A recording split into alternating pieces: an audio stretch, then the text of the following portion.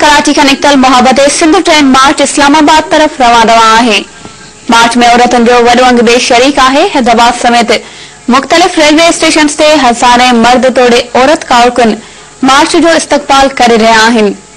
कराची के cantt station ता मरकजी जनरल सेक्रेटरी अनवर सुमरे नूर अहमद कातियार वेंदी अगवानी में शुरू कल ट्रेन मार्च जी झमपीर ढंगशाही बेन हंधन ते कारकुनन पारा शानदार आजियां कई वई। ट्रेन मार्च जे हैदराबाद पहुंचण ते अवामी तहरीक जे मरकजी सदर अयाज लतीफ पली जे कयादत संभाली जने त हजारे कारकुनन मार्च जो शानदार इस्तकबाल करे गुलन जी वर्खा कई। जंहिं बाद मार्च इस्लामाबाद लाइ रवानो थियो। हैदराबाद रेलवे स्टेशन ते मीडिया सां ॻाल्हाईंदे अयाज लतीफ पली जे चयो त पीपल्स पार्टी जी हुकूमत सिंध जा मसला हल करण में नाकाम थी चुकी आहे। तंहिं करे फौरी तौर निगरान हुकूमत जोड़े शफ़ाफ चूंडूं करायूं वञनि। अयाज लतीफ पली जे चयो त हुननि कमिश्नरी निज़ाम लाइ जिदोजहद कई, पर जेकॾहिं हाणे नओं निज़ाम आंदो वञे थो त उन खां अॻु सिंध जी सुजाण धुरिन सां मशावरत करे उन खे असेंबली में बहस लाइ पेश कयो वञे। संदसि चवण हो त मोहब्बत सिंध ट्रेन मार्च वाज़े पैगाम आहे त धरती धणी ज़ुल्फ़कार आबाद रिथा ऐं सिंध जे विरहाङे समेत समूरनि सिंध दुश्मन मंसूबनि खे रद्द कनि था। अयाज लतीफ पली जे वधीक चयो त 18 सितंबर ते रावलपिंडी पहुचण बाद पार्लियामेंट हाउस इस्लामाबाद अॻियां जलसो करे सिंध जो आवाज़ ऐवाननि ताईं पहुचायो वेंदो।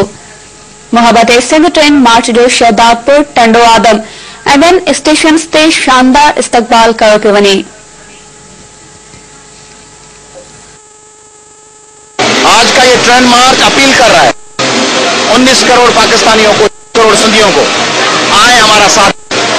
उन्हनि सभिनी खे अपील तो कयां पाकिस्तान के माण्हुनि खे पीटीआई, पीएमएलएन, जमात इस्लामी, अवामी नेशनल पार्टी, सराइकी नेशनलिस्ट, मुस्लिम लीग जा मुख्तलिफ ग्रुप्स, मज़हबी तंजीमूं, पाकिस्तान माइनॉरिटी से ताल्लुक रखंदड़ क्रिश्चियन ऐं हिंदू तंजीमूं, पाकिस्तान जो बार एसोसिएशन, साफ अदीब शोरा के सिंध की तारीख का पहला मार्च है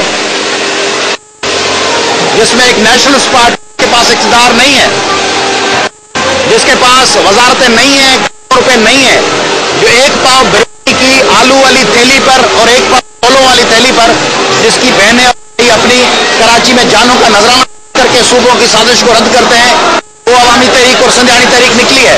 पाकिस्तान और सिंध के गैरतमंद लोगों को हम कहते हैं कि कराची कैंट से निकला हुआ काफिला गुजर लांडी से, जुंगशाही से, जमपीर से अभी हैदराबाद पहुंच के यहाँ से रवाना शहदादपुर, टंडो आदम, नवाबशाह, बेरिया रोड, रानीपुर, रोड़ी, खैर, डर की, घोचकी, माथेलो, सादिकाबाद, खान, मुल्तान, रायविंड, लाहौर, खारियां, इन तमाम गुजरात से गुजर पिंडी पहुंचेगा कल शाम को। पिंडी में परियां 8 तारीख असी मोहब्बत सिंध आम कढंदासीं। प्रेस क्लब इस्लामाबाद का वेंदो, पार्लियामेंट हाउस असांजो मुतालबो आहे ज़ुल्फ़कार आबाद रद्द कयो वञे। एसपीपी जा कारकुन हिते, एसपीपी जा ज़िले सदर मौजूद अथव, टंडे मोहम्मद खान का पीटीआई जा कारकुन आहिनि, जुंगशाही ते जस्कम जा कारकुन, टटे जा एसपीपी जा कारकुन, कराची में लांडी में सॼी सिंध जी असां तव्हां लॉन्ग मार्च में ॾिठी, 22 मई ते ॾिठी, सिंध जो हर पीपल्स पार्टी शहीद भुट्टो, जमा इस्लामी, जेयू आहे, सभु हर ॿ वतन जो गैरतमंद आहे सो हिन ट्रेन मार्च में गॾु